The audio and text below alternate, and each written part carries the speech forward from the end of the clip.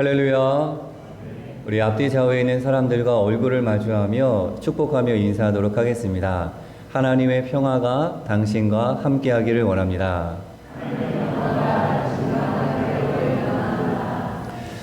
오늘은 총회에서 제정한 6.25 민족 화해 주일입니다. 한국기독교협의회 NCCK에서는 6.15 공동선언 이후 한국 전쟁 발발일이 포함된 주간을 민족 화해 주간으로 정하고 선언하며 지켜오고 있습니다. 나라와 민족, 결의가 해결해야 할 문제를 함께 고민하고 기도하며 예배 드리는 날입니다. 특별히 6.25 74주년이 되는 현재 대립이 심해지는 지금의 남북, 북남 간의 관계가 단절되지 않고 평화적으로 연결되어 회복할 수 있도록 함께 기도해 주시기를 바랍니다. 오늘은 이 물음으로 말씀으로 한 걸음 더 나아가 보려고 합니다. 여러분, 건달하면 떠오르는 이미지가 있을까요? 건달 하면 떠오르는 이미지. 네? 뭐라고요? 백경민 집사님. 네? 네, 좋습니다. 누군가가 떠오른다고 해요. 자, 건달하면 떠오르는 이미지 뭐가 있을까요? 자, 제가 구체적으로 말씀을 해드리도록 하겠습니다. 건달하면 떠오르는 헤어스타일 뭐가 있을까요? 그렇죠. 깍두기 머리, 그렇죠. 삭발도 있고, 올백하는 그런 머리들도 있을 거고요. 복장은 어떨까요? 그래요. 배바지. 좋습니다. 배바지는 제가 상상을 못했는데, 검정색 옷이나 어두운 계열의 아마 옷을 많이 입을 것 같습니다. 가죽 자켓이나 스포티한 트랙 슈트도 아마 있을 것 같고요. 그럼 건달이 착용하는 액세서리는 어떨까요? 그렇죠. 금목걸이, 금팔찌, 여러 가지가 있을 것입니다. 자, 그럼 마지막으로 건달의 표정은 어떨까요? 무섭죠. 막 억압하고 무섭거나 위압적인 눈빛. 자, 옆 사람의 눈빛 한번 볼까요? 어떤지 한번 보면 좋을 것 같습니다.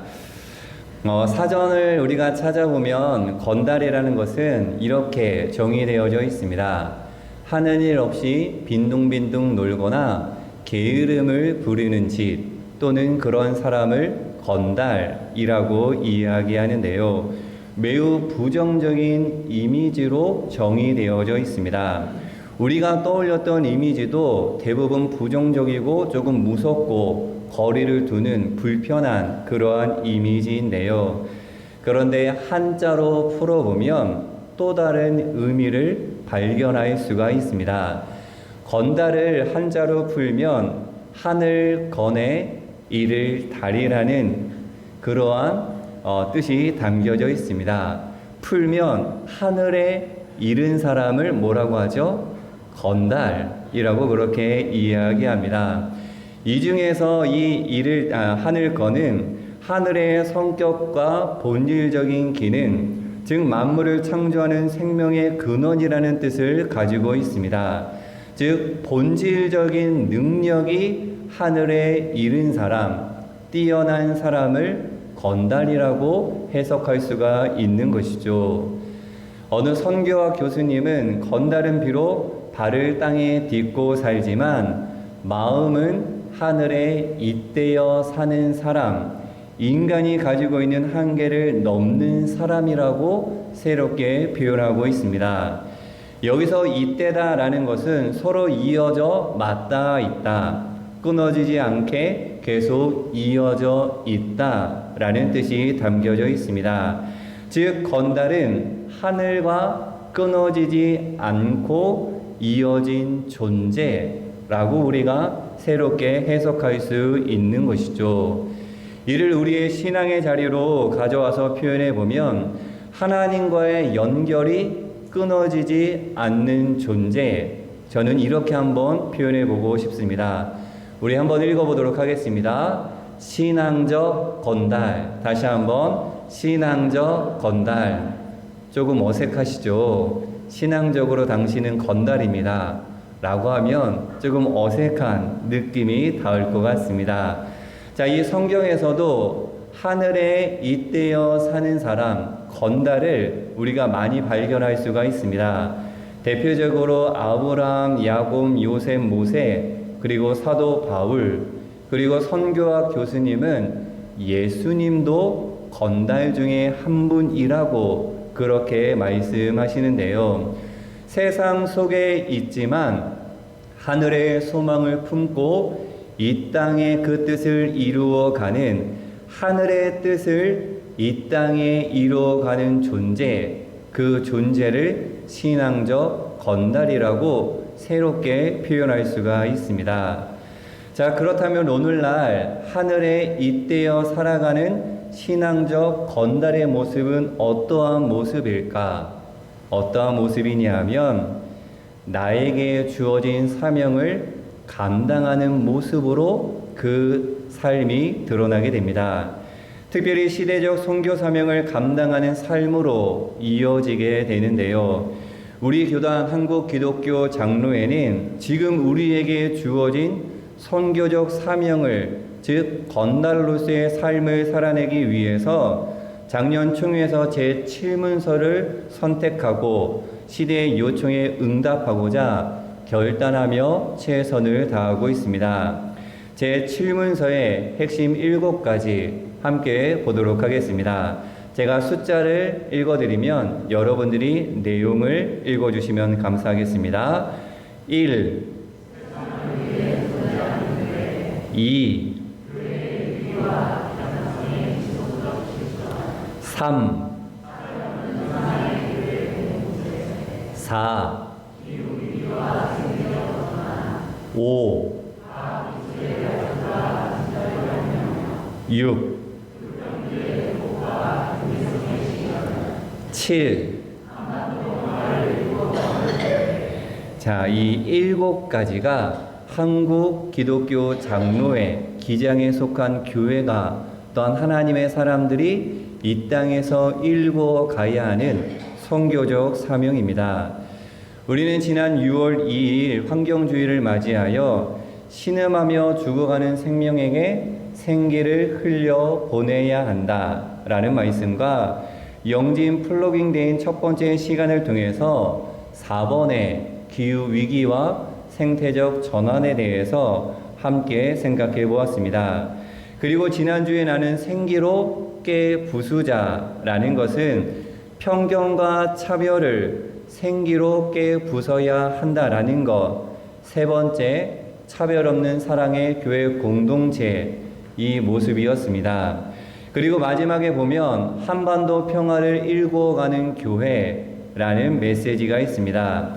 한반도에 살고 있는 그리스도인들에게 한반도의 평화를 간절히 바라고 기도하며 일구어 가야 하는 선교적 사명이 저와 여러분에게 있는 것이죠. 다르게 표현하면 한민족 통일을 지향하는 신앙의 삶을 살아내야 합니다. 자, 그리스도인들이 한반도 평화, 한민족 통일을 일구어야 하는 대표적인 이유 3가지가 있습니다.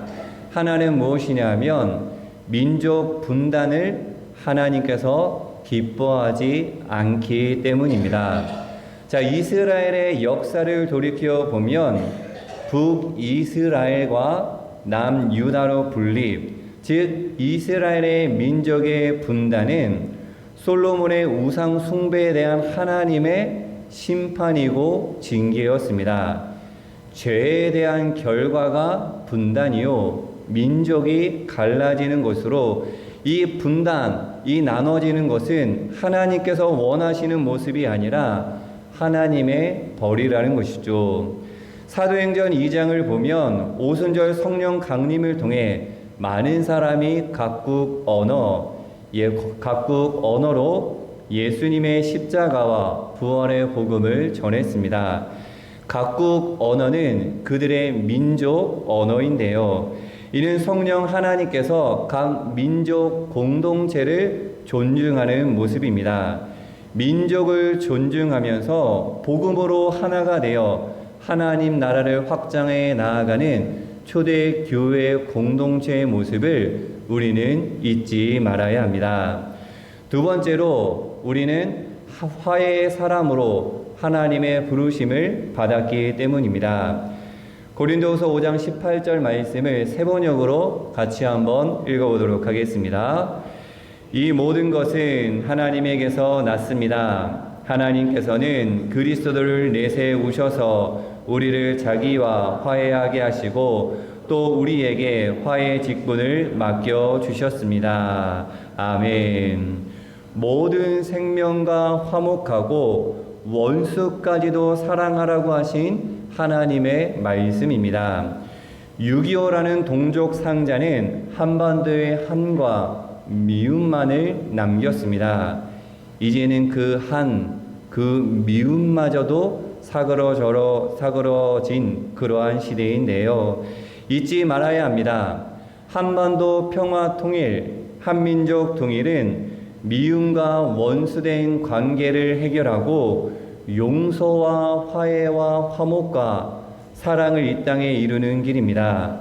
시대적 화해자로 저와 여러분을 부르셨다라는 사실을 잊지 말아야 하는 것이죠. 마지막 세 번째는 하나님 나라의 확장을 위해서 한민족 통일을 지향해야 합니다. 한반도의 평화 통일은 아직 복음을 자유롭게 접하지 못하는 사람들에게 직접 선교할 수 있는 길을 여는 것이요, 억눌린 인권의 문제를 해결하는 길입니다. 북한의 정치범 수용소, 고문, 강제 구금, 표현의 자유 침해 등과 같은 반인도적인 범죄 행위에서 해방시키는 것이죠. 한반도 평화 통일, 한민족 통일은 세계 선교, 하나님 나라 확장에 기여하게 된다라는 사실을 우리는 잊지 말아야 합니다. 그럼 오늘날 이 시대를 살아가고 있는 사람들은 한민족 통일, 특별히 이 한민족에 대해서 어떻게 생각을 하고 있을까? 다음 그래프를 하나 보도록 하겠습니다. 2023년 대북 인식 조사인데요. 유전학적 관점으로 남북한 주민은 한 민족이라고 그렇게 부릅니다.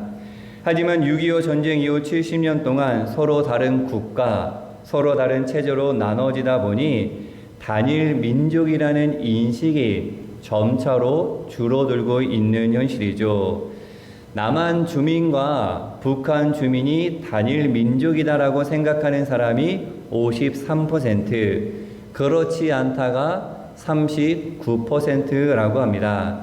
30대 이하에서는 48%가 단일 민족이 아니고 다른 민족이다 라고 그렇게 인식하고 있죠. 자, 그래프를 하나 더 보도록 하겠습니다. 민족과 국가의 관점에서 북한을 바라보는 인식을 종합한 것입니다. 그래프를 보시면 북한은 우리와 다른 민족, 다른 국가이다가 36%, 단일 민족, 다른 국가가 29%입니다. 그리고 파란색 박스에서 우리가 볼 수 있는 것처럼 5명 중 1명만이 남북은 단일 민족, 단일 국가라는 인식을 오늘날 사람들이 갖고 있는 것이죠. 자, 이러한 상황 속에서 한반도에 살고 있는 그리스도인들에게 오늘 본문은 의미심장한 메시지를 전하고 있습니다. 에스겔의 오늘의 본문 두 번째 환상의 이야기를 통해서 7번째 선교적 사명, 한반도 평화 통일을 일궈가는 교회로 다시 한번 세워지는 저와 여러분, 우리 영진 교회가 되기를 소망합니다. 전에 나눈 에스겔 첫 번째 환상, 마른 뼈 환상 이야기는 처절한 포로 생활 속에서 아무런 희망을 찾지 못하고 있던 이스라엘 백성들에게 희망을 선포하는, 모든 것을 포기한 이스라엘 백성들을 향한 희망의 선포의 환상이었습니다. 내일을 기대할 수 없는 그러한 시대 가운데 절망에 빠진 이스라엘에게 하나님께서 구원과 희망을 선포하신 것이죠. 무덤과 같은 포로 생활에서 너희들이 벗어나 고국으로 돌아가게 될 것이고 거기에서 하나님의 백성으로 공동체를 이루게 될 것이라는 소망입니다. 하지만 당시 귀환과 함께 해결해야 하는 아주 큰 문제가 하나 있었습니다. 남유다와 북이스라엘로 서로 나누어져 오랫동안 적대감을 품고 살아온 것이죠. 이 분리된 상태는 포로 생활 속에서도 나눔으로 이어졌는데요.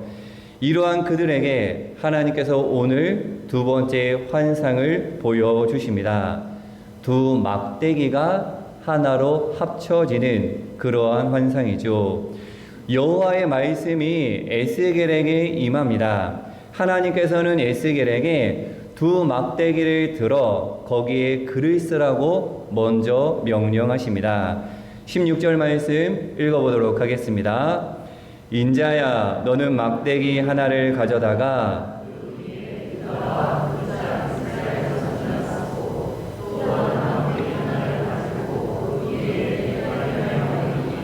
곧 요셉과 그 짝 이스라엘 온 족속이라 쓰고. 아멘. 첫 번째 막대기에는 뭐라고 쓰라고 되어 있냐면 유다와 그 짝 이스라엘 자손. 두 번째 막대기에는 에브라임의 막대기 곧 요셉과 그 짝 이스라엘 온 족속이라고 쓰게 하시죠. 자, 주목해야 하는 것은 무엇이냐면 바벨론 포로로 끌려오기 직전 분단된 유다 나라, 북이스라엘 나라를 막대기에 쓴 것이 아니라 유다 지파와 에브라임 지파를 쓰게 하신 것입니다. 하나님께서는 에스겔에게 유다 왕국과 이스라엘 왕국이 아닌 유다 지파와 에브라임 지파의 이름을 막대기에 쓰게 하신 이유는 무엇일까? 거기에는 어떠한 의미가 담겨 있을까? 그것은 미래에 너희가 회복될 나라, 너희가 회복할 나라는 국가 체제의 통일을 넘어선 민족의 통일을 이루게 될 것이다. 한 민족을 이루게 될 것이다. 미래에 회복될 너희들의 나라는 형제로서 동등한 관계를 갖게 될 것이다. 라는 의미가 담겨져 있습니다. 에스겔은 두 막대기를 하나로 묶습니다. 두 막대기는 두 막대기로 여전히 남아있죠. 흡수되거나 굴복하지 않으면서 두 막대기가 하나가 된 것입니다. 서로를 존중하며 하나를 이룬 모습을 우리가 그림에서도 확인할 수가 있는데요. 17절 말씀에 이렇게 이야기하고 있습니다. 같이 한번 읽어보도록 하겠습니다. 그 막대기들을 서로 합하여 하나가 되게 하라. 내 손에서 둘이 하나가 되리라. 아멘. 서로 합하여는 어떠한 뜻이냐면 가까이 하다, 접근하다의 뜻으로 어느 한쪽이 다른 한쪽으로 일방적으로 합쳐지는 것이 아니라 양쪽이 같은 거리에서 같은 속도로 서로에게 다가가 하나가 되는 모습을 우리에게 이야기하고 있습니다. 여기서 더 중요한 것은 내 손에서 하나가 된다라는 선포입니다. 이는 하나님의 손에서 하나가 된다라는 것으로 하나님께서 나눠진 민족을 하나로 만드실 것이다 라는 희망의 선포입니다. 21절을 보면 어떠한 구절이 담겨져 있냐면 사방에서 모은다라고 하나님께서 말씀하십니다. 각국으로 각 지역으로 흩어진 이스라엘 백성들을 모아 고국으로 데리고 돌아가서 한 민족을 이루겠다라는 하나님의 말씀인 것이죠. 하지만 이 예언을 들은 당시의 이스라엘 사람들은 과연 그것이 가능할까? 그 사람들에게는 불가능하게 들려왔던 말씀입니다. 왜냐하면 350년 전에 남유다와 북이스라엘로 나눠진 이후 각자 독립된 왕국을 나라로 살아왔으며 기원전 8세기 이 북왕국이 아수르에게 멸망한 이후에는 10지파가 아수르에 흡수되어 사라진 지 오래되었기 때문에 그 사람들을 찾아서 다시 모은다라는 것은 상상할 수 없는 인간의 생각으로는 불가능한 그러한 일이었죠. 이스라엘을 한 민족으로 모은다라는 것은 사람의 생각으로는 가능하지 않는 일이었습니다. 하지만 여러분, 하나님께서는 그들을 모으셔서 이스라엘 모든 산에서 한 나라를 이루며 한 임금이 모두를 다스리게 하신다고 말씀하고 있습니다. 그리고 그들이 다시는 나누어지지 않도록 내가 그들을 인도할 것이다. 두 민족이 되지 않고 두 나라로 갈라지지 않을 것이다라고 약속하고 계시죠. 그리고 이렇게 말씀하십니다. 23절 후반절 같이 한번 읽어보도록 하겠습니다. 그들은 내 백성이 되고 나는 그들의 하나님이 되리라. 아멘. 하나가 되었을 때 그들은 내 백성이 되고 나는 그들의 하나님이 된다라고 말씀하고 있습니다. 바벨론 포로에서 하나님께서 직접 이스라엘 백성들을 끄집어내어 한 민족을 이루게 하시겠다라고, 그리고 내가 너와 함께하고 너와 동행하며 직접 통치하겠다라고 말씀하고 있는 것이죠.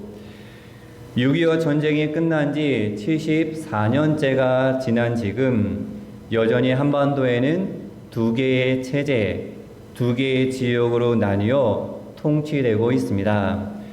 에스겔의 말씀은 이러한 현실에 안주하지 말고 그리스도인들이여 말씀에 의지하여 서로 합하여 하나가 되어야 한다라고 호소하고 있는 것이죠.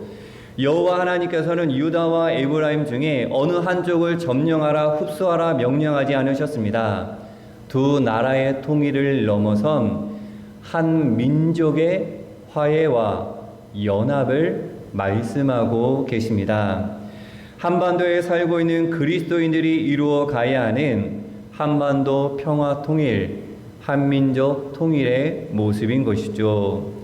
오늘날 우리는 나 살기에 바쁘고자 하루하루 삶을 살아내기에 힘들고자 시대적 선교적 사명을 잃어버리며 살아갈 때가 참 많이 있는 것 같습니다. 바라고 원하기는 나의 삶을 넘어선 공동체를 바라보며 민족을 바라보며 이 나라를 향한 하나님의 뜻을 깨닫고 그 뜻을 위해 기도하며 함께 만들어갈 수 있는 저와 여러분의 신앙이 되기를 축복합니다. 사랑하는 영진 하늘가족 여러분, 저와 여러분은 하늘에 잇대어진 존재, 하나님과 연결된 존재로 이 땅에 하나님의 뜻을 이루어 가기에 최선을 다해야 하는 존재입니다. 오늘날 우리에게 주어진 개인적인 선교의 사명, 공동체의 선교의 사명, 그것을 분명히 하고 나아가 이 나라와 민족을 향한 선교의 사명을 분명히 깨닫고 그것을 이루어 가기에 마음을 모아야 하는 존재인 것이죠. 6.25 민족 화해주의를 지키는 오늘, 우리는 에스겔의 두 번째 환상, 두 막대기가 하나 되는 의미를 기억해야 합니다. 한반도에서 그리스도인들이 품어야 할 꿈과 기대, 소망을 분명히 해야 합니다. 그것은 하나님의 손에 의해 한민족으로 회복되는 모습인 줄로 믿습니다. 간절히 기도합니다. 하나님의 손에서 한 민족으로 다시 회복되어진 이스라엘의 모습이 이 땅 한반도에서 허락되기를 간절히 소망합니다. 나아가 우리는 하늘에 잇대어진 존재로서 한반도의 평화를 염원하고 기도하며 하나님께서 원하시는 모습으로 읽어갈 수 있는 그러한 저와 여러분이 되기를 소망합니다. 하늘에 잇대어진 존재, 신앙적 건달이 된다라는 것은 나에게 맡겨진 사명을 깨닫고 감당하는 모습으로 드러나게 되어져 있습니다. 하늘에 잇대어진 존재로서 하나님께 영광을 올려드릴 수 있는 우리에게 주어진 선교적 사명을 대승적으로 감당하며 이뤄낼 수 있는 저와 여러분의 삶이 되기를 예수님의 이름으로 간절히 축원합니다. 함께 기도하도록 하겠습니다. 하나님, 우리를 부르신 하나님의 뜻을 분명히 깨닫게 하시고 그 뜻을 향해 결단하며 일궈가는 영진 하늘가족, 이 땅의 한반도의 그리스도인들이 되게 하여 주시옵소서. 이스라엘 백성들을 포로에서 해방시켜 주시고 한 민족으로 회복시켜 주신 하나님, 이 땅을 회복시켜 주시옵소서. 하나님의 사랑으로, 하나님의 손으로 불가능할 것 같은 일들이 이루어지는 놀라운 일들을 주님 허락하여 주시옵소서. 하나님의 손에서 하나가 되는 남북, 북남의 한민족이 되게 하여 주시옵소서. 연약하지만 우리를 통해 한반도에 세워진 교회들을 통해 역사하실 하나님을 신뢰하며 예수 그리스도의 이름으로 간절히 기도하옵나이다. 아멘.